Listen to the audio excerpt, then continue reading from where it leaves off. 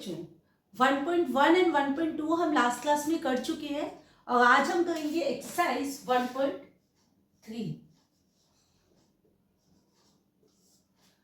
तो 1.3 एक्सरसाइज में देखिए सबसे पहले आपके पास आता है डेसिमल फॉर्म।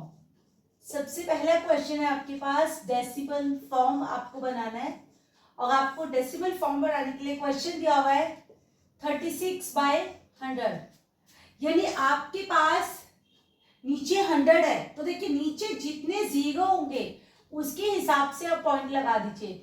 नीचे आपके पास 2 जीरो है यानी कि 2 डिजिट से पहले आपको पॉइंट लगाना है। अगर सपोज कीजिए आपके पास यहाँ पे 3 जीरो होते तो हमें कितने के बाद से पहले पॉइंट लगाना है? 3 से पहले। ये 2 डिजिट है, आप आगे जीरो लगा दीजिए तो ये हो जाएंगे 3 डिजिट। तो जितने नीचे जीरो होंगे पॉइंट के बाद उतने ही डिजिट आपके पास आएंगे। नेक्स्ट है आपके पास 1/11। अब यहाँ पर क्योंकि नीचे जीरो नहीं है, यहाँ पर 11 है तो आप एक बार डिवाइड कीजिए और डिवाइड करने के लिए आपको क्या करना है? न्यूमिनेटर को अंदर रखना है, डिनोमिनेटर से डिवाइड करना है।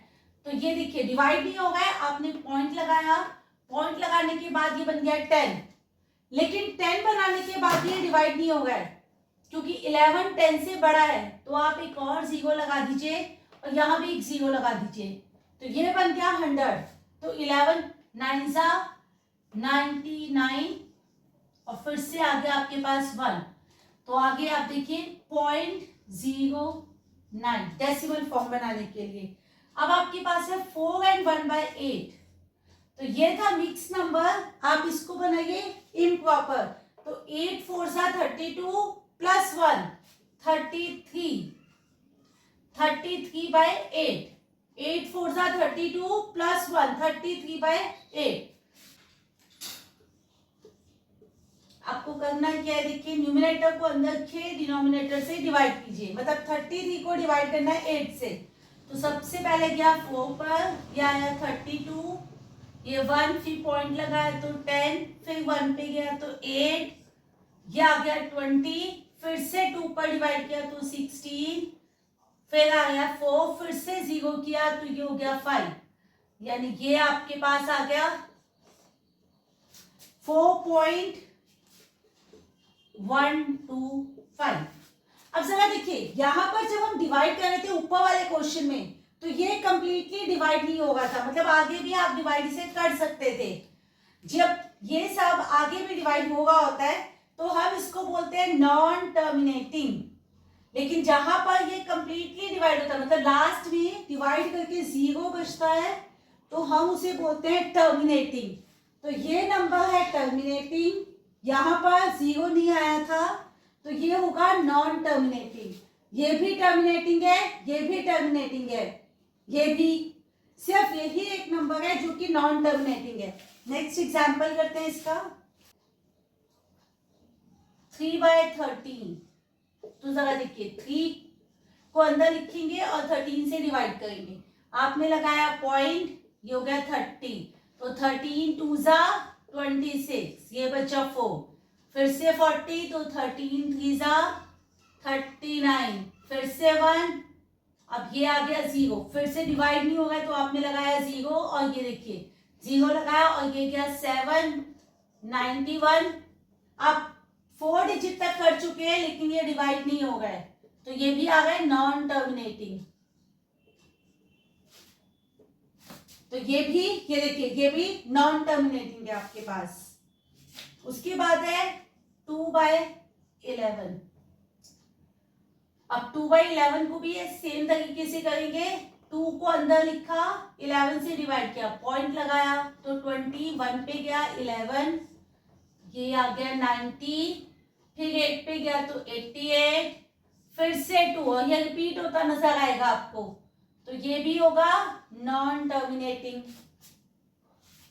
तो जहां पर रिमाइंडर 0 नहीं आता वो बन जाता है नॉन टर्मिनेटिंग, और जहां पर रिमाइंडर 0 हो जाता है तो उसे कहते हैं टर्मिनेटिंग। आपके पास सेकंड क्वेश्चन में है कि 1/7 की वैल्यू आपको दी है 0.1428 5 7 और इसके ऊपर ये लाइन है, लाइन का मतलब हो गया बाग। इसका मतलब ये हुआ इस लाइन का कि ये सारे डिजिट रिपीट हो गए हैं। तो जरा देखिए, अभी आपको क्या सिखाया था, 1 को अंदर रखेंगे, 7 से डिवाइड करेंगे, पॉइंट लगाया, ये बना 10, 1 से किया तो 7, ये हो गया 3, तो ये हो गया 4 पे गया 28, फिर से 2 0 20, फिर से किया 2 पर 14, माइनस किया तो 6, 0 लगाया 8, ये हो गया 56, बचा 4, 0 लगाया तो गया 5 पर, ये हो गया 35, फिर माइनस किया तो 50, फिर 7 पर गया, ये आ गया 49, दोबारा से माइनस किया तो आया 1 से स्टार्ट किया था, लास्ट में वापस 1 है, मतलब फिर से ये सारा डिवीजन रिपीट होगा। अब क्योंकि डिवीजन दोबारा से रिपीट होगा तो हम यहाँ पर लगा देंगे लाइन, यानी कि भाग लगा देंगे। इसका मतलब है सारे डिजिट्स रिपीट हो गए आपके पास। अगर आप चाहो तो इसके ऊपर भाग लगा सकते हो, ऐसे ये सारे डिजिट रिपीट हो गए आपके पास। अगर कोई आपको बोले कि आप 2/7 का आंसर बताइए, तो आपको दोबारा से डिवाइड नहीं करना है। यहां से आप क्या करोगे, देखिए 2 देखिए कहां पर था, यहाँ पर है 2, यानी कि 20 बनाया था, और उसके नीचे 14 मतलब 2 पर गया था। तो आप 2 से डिजिट को रिपीट कीजिए, पहले आएगा 2 के बाद था 8, फिर था 5, फिर था 7 और 7 के बाद वापिस क्या आ गया 1 4, और इसके ऊपर आपने लगाई लाइन, यानी भाग रिपीट होगा ये। ऐसे ही 3/7 का आंसर क्या होगा, 0.3 का है 30 के नीचे हमने लिखा था 28, मतलब 4 से डिजिट को रिपीट कीजिए। 4 के बाद 2 था, फिर 8 5 7 और लास्ट बचा है 1। 4/7 40 कहाँ था आपका, ये 40 के नीचे लिखा था 35, मतलब 5 से रिपीट कीजिए, 5 7 और फिर सारे नंबर्स 1 4 2 8, ऐसे लिखिए 5/7 का आंसर। 50 यहाँ पर था, यानी कि 49 से आए थे, मतलब 7 से आए हो आप, तो 7 और 7 के बाद सारे 7 1 4 2 8 5, भाग लगा दिया। फिर से 6/7 मतलब 6 से 60 के नीचे लिखा था आपने 56, मतलब 8, तो 8 से गया था, तो ये था 8 5 7 और पहले वाले 1 4 2 और इसके ऊपर भाग लगा दिया आपने। नेक्स्ट क्वेश्चन जो आपके पास बहुत इंपॉर्टेंट क्वेश्चन है, P/Q form. P/Q form exam में ये इस टाइप का क्वेश्चन पूछा जाता है आपसे, तो आपको अच्छे से प्रैक्टिस करना है। ये देखिए P/Q फॉर्म का मतलब है, यहाँ पर आपके पास था 0.6 और 6 के ऊपर ये लाइन है, यानी बाग है। इसका मतलब ये हुआ कि 6 जो है रिपीट हो गया आपके पास। अब आपको करना क्या है, जो भी आपका क्वेश्चन है आप उसे एक्स सेलेक्ट कीजिए, जो भी आपका क्वेश्चन है उसे एक्स सेलेक्ट कीजिए। अब 6 के ऊपर लाइन है, मतलब 6 रिपीट हो गया आपके पास, ऐसे 6 रिपीट हो गए, तो इसे आप दोगे क्वेश्चन नंबर 1। अब कितने डिजिट के ऊपर लाइन थी, ये लाइन सिर्फ एक ही डिजिट के ऊपर आ गई है, मतलब सिर्फ 6 ही रिपीट हो गए, तो इसलिए मल्टीप्लाई करेंगे 10 से। अगर ये लाइन 2 डिजिट्स पर होती तो मल्टीप्लाई करते 100 से। लाइन अगर 3 पर रिपीट होती तो हम करते मल्टीप्लाई 1000 से। तो यहाँ पर 1 पर थी, हमने मल्टीप्लाई किया 10 से, ये हो गया मल्टीप्लाई बाय 10। अब जैसे आप 10 से मल्टीप्लाई करते हो बोथ साइड, अब आपने दोनों साइड पर 10 से मल्टीप्लाई किया, इसे किया तो ये बन गया 10x, और इसे किया तो ये 0.8 डिजिट के बाद आ जाएगा, मतलब ये हो जाएगा 6.66 इस तरह से, और इसे आपने दे दिया इक्वेशन नंबर 2। अब आपने इसको दे दिया इक्वेशन नंबर 2। अब क्या करेंगे, इक्वेशन 2 माइनस इक्वेशन 1, यानी सेकेंड इक्वेशन में से फर्स्ट इक्वेशन को माइनस करेंगे। तो पहले सेकेंड इक्वेशन लिख दो। सेकेंड इक्वेशन है 10x इज इक्वल टू 6.66, और फर्स्ट लिख दो x इज इक्वल टू 0.66। अब करेंगे माइनस, तो ये पॉइंट के बाद वाले डिजिट सेम है, कैंसिल हो जाएंगे। 6 में से 0 गया 6, 10 में से 1 गया 9x, 9 मल्टीप्लाई है, साइड चेंज करेगा तो डिवाइड, तो ये आ जाएगा 6/9। चाहो तो इसे काट सकते हो 3 के टेबल से, तो 2/3 आंसर हो जाएगा आपका। नेक्स्ट पार्ट है आपके पास 0.47। अब की बार ये जो लाइन है वो सिर्फ 7 पर है, 4 पर नहीं है, मतलब एक ही डिजिट पर फिर से लाइन है। तो सबसे पहला काम क्या होगा, क्वेश्चन को लेट करेंगे x, तो ये हो जाएगा x = 0.7। मैंने आपको बताया था कि जो भी, तो ये हुआ x = 0.4। अब क्योंकि 7 पर लाइन है तो रिपीट कौन होने वाला है, सिर्फ 7, तो 7 को रिपीट कीजिए आप, और ये हो गया इक्वेशन नंबर 1। अब देखिए इस क्वेश्चन में एक डिजिट ऐसा है जिस पर लाइन है और एक है जिस पर लाइन नहीं है। तो पहले हम क्या देखेंगे, कितने डिजिट पर लाइन नहीं है, कितने डिजिट्स पर लाइन नहीं है। तो एक डिजिट ऐसा है जिस पर लाइन नहीं है, एक डिजिट का मतलब multiply by 10, multiply by 10 both side, दोनों साइड को 10 से मल्टीप्लाई कीजिए, तो ये बन जाएगा 10x, और ये जो पॉइंट है वो 4 के बाद आ जाएगा, तो बन जाएगा 4.77। अब 7 के ऊपर लाइन थी, यानी कि फिर से मल्टीप्लाई करेंगे 10 से, क्योंकि एक ही डिजिट पर लाइन है, तो फिर से लिखा मल्टीप्लाई बाय 10 बोथ साइड्स, ये हो जाएगा। अब 10 से 10 को मल्टीप्लाई किया तो ये बन गया 100x, और ये 0.7 के बाद आ जाएगा, तो मतलब 47.77। अब क्या करेंगे, इक्वेशन 3 माइनस इक्वेशन 2, मतलब 3 में से 2 माइनस करेंगे। तो पहले पूरी इक्वेशन 3 लिखो, 3 हो जाएगी 100x = 47.77, और 2 है आपके पास 10x = 4.77। माइनस कीजिए, पॉइंट के बाद वाले कैंसिल, 47 में से 4 माइनस किया तो आया 43, 100 में से 10 माइनस किया तो आया 90x, 90 यहाँ मल्टीप्लाई है, साइड चेंज किया तो डिवाइड, तो आपके पास x की वैल्यू आ जाएगी 43/90।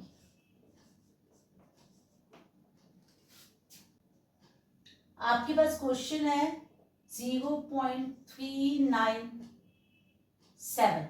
यहां आपके पास 2 के ऊपर लाइन थी, यानी कि 9 और 7 रिपीट हो गए, तो सबसे पहले हम क्या करेंगे, इसे x सेलेक्ट करेंगे। जैसे इसे x सेलेक्ट किया तो ये हो जाएगा 0.397 को रिपीट कर दीजिए, तो 97 को रिपीट किया और क्वेश्चन नंबर 1 मार्क की। अब कितने पर लाइन नहीं है, सिर्फ एक ही डिजिट है जिस पर लाइन नहीं है, तो multiply by 10, multiply by 10 both side. अब दोनों साइड पर जब 10 से मल्टीप्लाई करोगे तो ये होगा 10x, और ये 0.3 के बाद आ जाएगा, तो ये बन जाएगा 3.9797।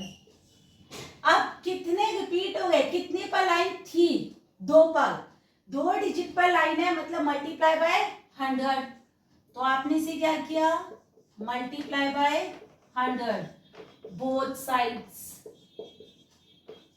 उसके बाद देखिए जब 100 से 10 को मल्टीप्लाई करोगे, 100 से 10 को मल्टीप्लाई करके आएगा 1000x, और ये जो पॉइंट है वो 2 के बाद चला जाएगा, मतलब 7 के बाद आ जाएगा, तो 397.97।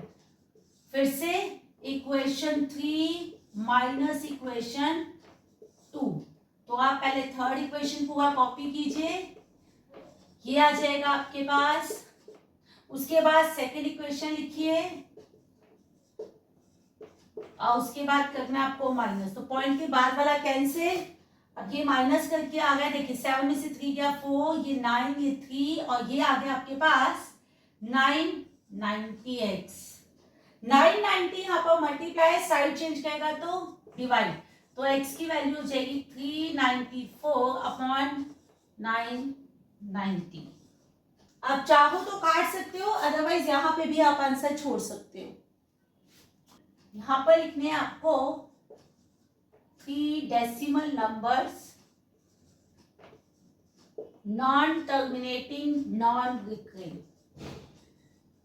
मैंने अभी आपको बताया था नॉन टर्मिनेटिंग का मतलब है जिसको डिवाइड करके जीरो नहीं आएगा, तो non terminating, non recurring. Recurring का मतलब है सेम नंबर रिपीट नहीं होगा। देखिए अब जरा देखिए, जब भी आपको नॉन टर्मिनेटिंग, नॉन रिकरिंग लिखना है तो आप क्या करोगे, आप कहीं से भी शुरू कर सकते हो। सपोज करो मैंने यूज किया 2 से, कोई भी डिजिट से आप शुरू कर सकते हो जिससे आपका दिल करे। तो मैंने लिखा 2 पॉइंट, अब आपने क्या किया, आपने लिखा 0, फिर लिखा 1, फिर 2 बार 0 रिपीट किया, फिर लिखा 1, फिर 3 बार 0 रिपीट किया, फिर लिखा 1 और फिर ये हो गया। नेक्स्ट लिखना है तो क्या किया आपने, 2.0, 1 की जगह हम 2 पर आ जाएंगे, 2, फिर 2 बार 0, फिर 2, फिर 3 बार 0, फिर 2 और फिर ऐसे। फिर नेक्स्ट लिखना है तो 0.0, अब लिखा आपने 3, फिर 2 बार 0, फिर 3, फिर 3 बार 0, फिर 3 और ये। तो ये क्या हो गया, नॉन टर्मिनेटिंग क्योंकि एंड नहीं है, नॉन रिकरिंग क्योंकि यहाँ पर रिपीट भी नहीं हो गया। पहले 1 0 थी, फिर 2 0, फिर 3 0 आ गई आपके पास। नेक्स्ट क्वेश्चन है आपके पास 3 डिफरेंट।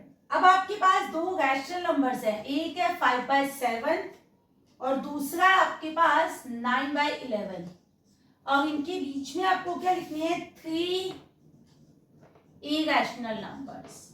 इनके बीच में आपको लिखनी है 3 इरेशनल नंबर्स। अब इरेशनल नंबर लिखने के लिए सबसे पहले आपको इसे पॉइंट वाली डेसिमल फॉर्म में कन्वर्ट करना है। तो जरा देखिए 5/7 को डेसिमल बनाने के लिए क्या करोगे आप, 5 को लिखो अंदर और 7 से डिवाइड करो, पॉइंट आया तो बना 50, 7 पे गया 49, फिर 1, फिर 0 डाला तो 1 पे गया तो 7, फिर 30, फिर 4 पे गया तो 28, यानी ये आ गया 0.714। अब कीजिए 9/11 को, तो 9 को लिखा अंदर, 11 से डिवाइड किया, पॉइंट लगाया, ये गया 8 पर, ये हो गया 88, फिर 20, फिर 1 पे गया 11, तो यहाँ पर क्या आ गया 0.81। तो बेसिकली अगर आप देखो तो ये बन रहा है 0.714, यानी और ये बन रहा है 0.81।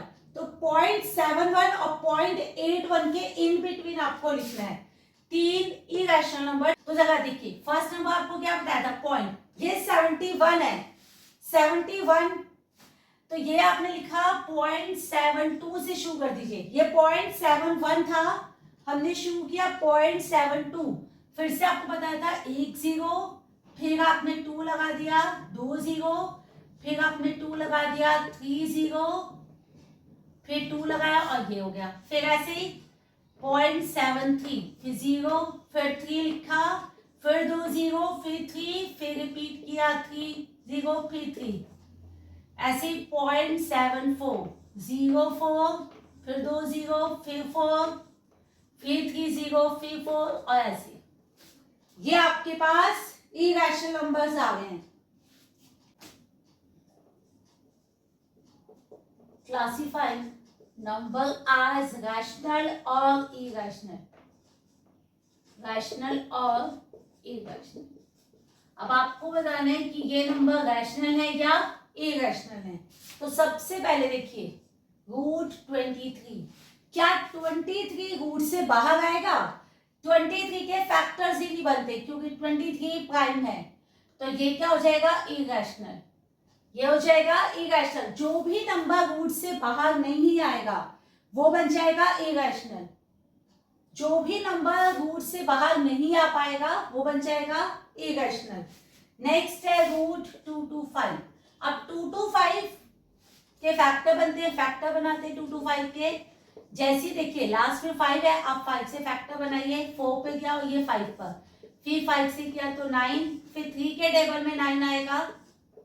तो देखिए रूट का मतलब 2 का पेयर है, यहाँ पर एक 5 का पेयर बना, एक 3 का, तो 5 3 15, तो ये जो है वो 15 है, 15 का स्क्वायर होता है 225, तो ये रूट से बाहर आ गया, तो ये क्या हो गया आपका रैशनल नंबर। नेक्स्ट है 0.3791, इससे भी ये भी रैशनल नंबर है, क्योंकि आप इस, ठीक है, आप चाहो तो इससे डेसिमल फॉर्म से रैशनल फॉर्म में भी ला सकते हो। ये देखिए पॉइंट हटाया तो 1 1 2 3 4 0 लगा दिया आपने, और ये क्या बन गया रैशनल नंबर। उसके बाद है आपके पास 7.478478 और ये रिपीट है। जब भी आपको रिपीट नजर आएगा, जब भी इस तरह से रिपीट हो गए, तो वो क्या बन जाएगा इरैशनल। रिपीट वाले नंबर हमेशा इरैशनल होते हैं। ऐसे ही कुछ यहाँ पे भी है 1.10, फिर ऐसे कुछ करके ये भी रिपीट वाला नंबर है, तो ये भी क्या होगा इरैशनल। इसी के साथ हमारी एक्सरसाइज 1.3 कंप्लीट हो जाती है। नेक्स्ट क्लास में करेंगे 1.4